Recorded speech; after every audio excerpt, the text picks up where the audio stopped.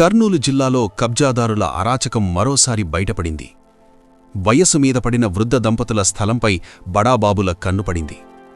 ఎమ్మిగనూరుకు చెందిన కె నారాయణ దంపతుల మిలిటరీ కాలనీలో 30 సంవత్సరాల కిందట 6 సెంట్ల స్థలం కొనుగోలు చేశారు. కాని ఇప్పుడు ఆ స్థలంపై కొందరు బడాబాబులు కన్నేశారు. అక్రమంగా కబ్జా చేసేందుకు ప్రయత్నాలు మొదలుపట్టారు. ఆ స్థలంలో ఉన్న బండలను తొలగిస్తూ కబ్జాకు ప్రయత్నించిన సమయంలో వృద్ధ దంపతులు అడ్డుకున్నారు.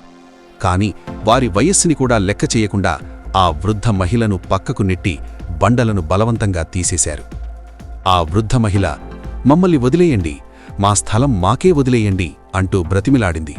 కాని ఆమె కన్నీళ్లకు కూడా కనికరం చూపలేదు. ఈ దృశ్యాలు అక్కడున్న వారందర్నీ కలచివేశాయి. ఈ ఘటనపై ముఖ్యమంత్రి చంద్రబాబు నాయుడు, డిప్యూటీ సీఎం పవన్ కళ్యాణ్ చొరవ చూపాలని సోషల్ మీడియా ద్వారా వేడుకున్నారు. మీరు మమ్మల్ని ఆదుకోకపోతే ఈ దౌర్జన్యాల మధ్య బతకడం కన్నా చావడమే మేలని చేతులెత్తి ప్రార్థిస్తున్నారు ఈ వృద్ధులు.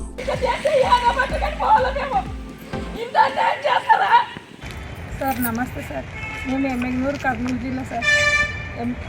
మా ఆయన ఆంజనేయ స్వామి గుడిలో పనిచేస్తున్నారు సార్. మా ఆయన పేరు కె నారాయణ సార్, పులిగిరి నారాయణ. నా పేరు నాగరత్న సార్.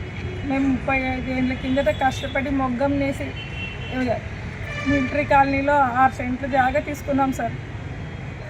అప్పుడు కట్టించుకోవాలంటే మా చేత కాలేదు సార్. చాలా పిల్లల్ని చదువుకోవాలని బీద పరిస్థితి సార్. ఇప్పుడు ఏదో ఒక చిన్న షెడ్ అని వేసుకుని దాంట్లో ఉందామని ఆగస్టు 4వ తారీఖు సార్ బండలు పాతింటే ఆప్నా బజార్ శేఖర్ వాళ్ళ మనసులు బజారి, మళ్ళా బసవరాజు సార్, బసవరాజు వెంకటాపురం రామాంజనేయులు పిలుచుకుని వచ్చి మా బండలంతా పగులు తీపిచ్చిపోయినారు సార్. కుమారు ఆయపొచ్చి ఎంత చెప్పినా మా బండ్లను అన్నీ పీకి పడేసినారు సార్. ఇప్పుడు దాకా మాకు ఏం చెప్పలేదు సార్. మేము ఆ రోజు పోలీస్ స్టేషన్కి వచ్చినాం సార్, అయినా మాకు ఏం చెప్పలేదు సార్. తర్వాత నిన్న మా బండలు పెట్టుకుని చిన్న షెడ్ అని వేపించుకుని షెడ్లో ఉందామని షెడ్ వేయించడానికని బండలు పెట్టినాం సార్. మళ్ళీ ఈరోజు కూడా వచ్చి మా బండలంతా పీకి పడేసినారు సార్, పీకుతున్నారు సార్. వాళ్ళంతా శిలకలు గడ్డపారాలు పట్టుకుని వచ్చినారు సార్. 30 మంది వచ్చినారు సార్. మా మీద దౌర్జన్యం చేస్తున్నారు సార్. మాకు న్యాయం చేయండి సార్. మాదైతే 574 ఫ్లాట్ నెంబర్ 16, 17 సార్. అప్పటి నుంచి అదే సార్. అక్కడ చుట్టుపక్కల 40 మందికి అదే ఫ్లాట్ నెంబరే ఉన్నాయి సార్. మేము అదే దాంట్లోనే అప్పటి నుండి ఉన్నాం సార్. ఎందుకంటే మా పరిస్థితులు సరిగ్గా లేకుండా కట్టించుకోలేదు సార్, అట్లే ఉన్నాం. ఇప్పుడు కట్టించుకుంటున్నాం అంటే వీళ్ళు వచ్చి మాకు దౌర్జన్యం చేస్తున్నారు సార్. చంపుతాము అంటున్నారు సార్. ఏం సార్, మాకు న్యాయం చేయండి సార్. కుమార్ కూడా అట్లనే వచ్చినాడు సార్ మొన్న. మీరు పోలీస్ స్టేషన్కి పోవద్దండి, మీ బండల్ని మేము పెట్టిస్తాము అని చెప్పినాడు సార్. కానీ ఇప్పుడు దాకా అయినా ఏం చేయలేదు సార్ ఆయన. అందుకోసం మేము చిన్న ప్యాక్ అన్నీ వేసుకుందాము, దాంట్లో చిన్న షెడ్ వేసుకుని దాంట్లో ఉందామని నిన్న బండలు పెట్టించింటే ఈరోజు వచ్చి మళ్ళీ మా మీద దౌర్జన్యం చేస్తున్నారు సార్. వీళ్ళంతా బసవరాజు వీళ్ళంతా చాలా మాకు ద్రోహం చేయడానికి చూస్తున్నారు సార్.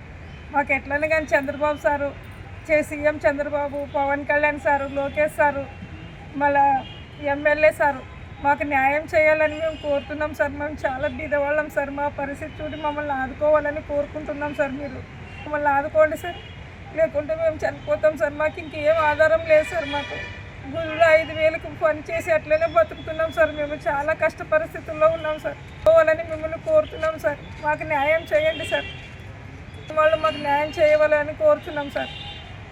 చేసిన వాళ్ళు బసవరాజ్ సార్, బజార్ కొడుకు, వెంకటాపురం బజార్ కొడుకు రామాంజనేయులు వాళ్ళు వచ్చినారు సార్. మాది ఇది ప్లేస్ అని మేము మా దగ్గర డాక్యుమెంట్లు అన్నీ ఉన్నాయి సార్. వాళ్ళ దగ్గర డాక్యుమెంట్లు ఏం చూపించడం లేదు సార్. మా 30 ఏళ్ళ కింద డాక్యుమెంట్లు, పాత డాక్యుమెంట్లు అన్నీ ఉన్నాయి సార్.